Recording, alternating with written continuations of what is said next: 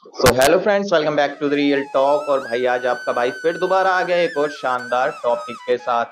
जैसा कि आपने थंबनेल और वीडियो में देखा होगा, आज हम बात करने वाले हैं राम सेतु के ऊपर।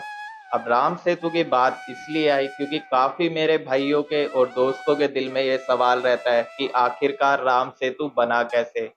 और अगर राम सेतु के पत्थरों पे भगवान श्री राम का नाम लिखा था, तो वानर सेना उसके ऊपर रख के समुद्र पार कैसे करके गई।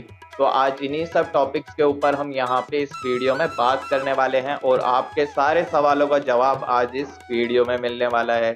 तो वीडियो के एंड तक जरूर जुड़े रहें। तो सबसे पहले हम बात कर लेते हैं आखिरकार राम सेतु बना कैसे। तो जैसा कि आपने रामायण पढ़ी होगी, उसमें बताया गया है कि जब हमारे प्रभु श्री राम, लक्ष्मण जी और सीता जी जब 14 वर्ष के वनवास के लिए भाई जंगलों में गए थे, तो वहां पे ही वो जंगलों में अपनी झोपड़ी बनाकर रह रहे थे। और एक दिन रावण अपने एक राक्षस को वहां पे भेजता है, जो सोने का हिरण बन के वहां पे इधर से उधर कूदने लगता है। वो हमारी मैया सीता को इतना अच्छा लगता है सोने का हिरण, कि वो प्रभु श्री राम से कहती है कि प्रभु मुझे ये हिरण चाहिए। उसी वक्त राम जी अपना धनुष बाण लेके उस हिरण के पीछे निकल पड़ते हैं। तभी कुछ देर बाद उन्हें आवाज आती है, जैसे कि प्रभु श्री राम दर्द में चिल्ला रहे हैं कि लक्ष्मण मुझे बचाओ, मुझे बचाओ। ये सुन के मैया सीता बहुत ही ज्यादा परेशान हो जाती है और वो जंगल की ओर भागने लगती हैं। तभी हमारे लक्ष्मण जी उन्हें रोक लेते हैं और बोलते हैं, माता सीते आप कहाँ जा रहे हैं।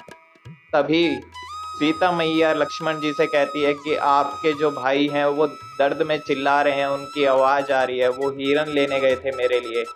तभी लक्ष्मण जी बोलते हैं, आप उनकी फिक्र मत कीजिए, उन्हें कुछ भी नहीं होगा, आप घर में रुकिए, मैं देख के आता हूँ।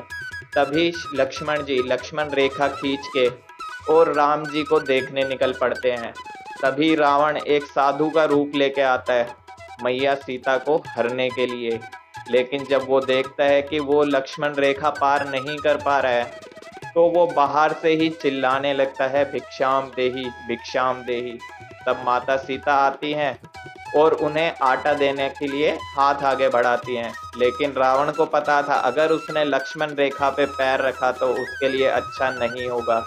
तो वो बोलता है कि बाहर आके मुझे ये दो, वरना इससे मेरा अपमान होगा। तभी माता सीता जैसे ही उनकी झोली में आटा डालने लगती है, तभी रावण उनका हाथ पकड़ के उन्हें अपने पुष्पक विमान पे बिठा के ले जाता है। उसके बाद भाई जो स्टार्टिंग होती है, राम जी वापस जब आते हैं तो वो देखते हैं कि जो घर में माता सीता नहीं है और ना ही लक्ष्मण जी हैं। पीछे पीछे लक्ष्मण जी भी दौड़े आते हैं और वो बोलते हैं, भैया आप दर्द में चिल्ला रहे थे, भाभी ने बताया और इसीलिए मैं आपको ढूंढने आया था। तभी भगवान श्री राम बोलते हैं कि वो एक राक्षस था, जो सोने का हिरन बन के इधर से उधर घूम रहा था। पर तुम्हारी सीता मैया कहाँ है। तभी लक्ष्मण जी बताते हैं कि सीता मैया को तो मैं यहीं पे छोड़ के गया था। वो इधर उधर ढूंढने लगते हैं। तभी पक्षीराज उन्हें मिलते हैं, वो बताते हैं कि सीता मैया को रावण हरण करके ले गया है। और वो अपनी अंतिम सांस लेते हैं और वहीं अपने प्राण त्याग देते हैं। उसके बाद भगवान श्री राम इधर से उधर भटकने लगे, परेशान होने लगे। आखिरकार इधर उधर भटकते भटकते वो पहुंचे भगवान सुग्रीव के पास। सुग्रीव जो थे वो वानर सेना के राजा थे। अब सुग्रीव को जाके भगवान श्री राम और लक्ष्मण जी ने सारी अपनी कथा सुनाई। वो उन्होंने अपने सारे दुख दर्द उन्हें बताए, जिसके बाद सुग्रीव बहुत ही ज्यादा गुस्से में आ गए और उन्होंने अपनी पूरी वानर सेना के साथ श्री राम के साथ निकल पड़े माता सीता का पता करने। अब जो हमारे हनुमान जी भी थे, वो भी उसी सेना के मेंबर थे। अब वो समुद्र किनारे बैठे बैठे सोचने लग रहे थे कि आखिर वहां तक जाया कैसे जाए, क्योंकि जो लंका थी वो समुद्र पार थी। तभी हनुमान जी को, जैसा कि आपने पढ़ा होगा, बचपन में श्राप मिला था, जिसकी वजह से वो सारी अपनी शक्तियां भूल चुके थे। तो हनुमान जी को उस टाइम उनकी शक्तियों का एहसास कराया जाता है, उन्हें उनकी शक्तियां याद दिलाई जाती है। जिसके बाद हमारे हनुमान जी जो समुद्र को लांग के पहुंच जाते हैं लंका, और वहां पे जाके देखते हैं माता सीता को। अब माता सीता से मिलने के बाद हनुमान जी बहुत ही ज्यादा दुखी हो जाते हैं उनकी हालत देख के, और वो तुरंत वापस आके श्री राम को हनुमान जी माता सीता का हाल बताते हैं। जिसके बाद राम जी हमारे और भी ज्यादा दुखी हो गए थे और गुस्से में भर गए थे। अब उसके बाद उनको कुछ भी नहीं सूझ रहा था। तभी एक वहां से उठते हैं और बताते हैं श्री राम को कि आपके पास तो ऐसा धनुष है कि आप सिर्फ एक तीर छोड़ेंगे और दुनिया के सारे समुद्र सूख जाएंगे और हम आसानी से पार करके माता सीता को वापस ला सकते हैं। जैसे ही भगवान श्री राम अपने धनुष पे उस बाण को चढ़ाते हैं, तभी श्री समुद्र देव वहां से प्रकट होते हैं और वो भगवान श्री राम के आगे हाथ जोड़ के नतमस्तक हो जाते हैं और भगवान श्री राम को याद दिलाते हैं कि भगवान श्री राम, आप मर्यादा पुरुषोत्तम हैं, और अगर आप ऐसा कुछ करते हैं, समुद्र को सुखा देते हैं, तो ये आपकी मर्यादा के खिलाफ होगा और मेरे अंदर जितने भी जीव जंतु पल रहे हैं वो सब मर जाएंगे। जिसके बाद भगवान श्री राम अपना धनुष नीचे कर लेते हैं, लेकिन वो बहुत ज्यादा दुखी होते हैं और बोलते हैं आखिरकार मैं अपनी सीता को फिर कैसे बचाऊं, कैसे इस समुद्र को पार करूं।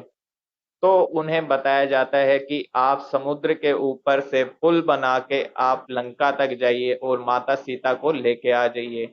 लेकिन उस समय में भाई पुल बनाना कोई आसान बात नहीं थी, ये आप भी जानते हैं।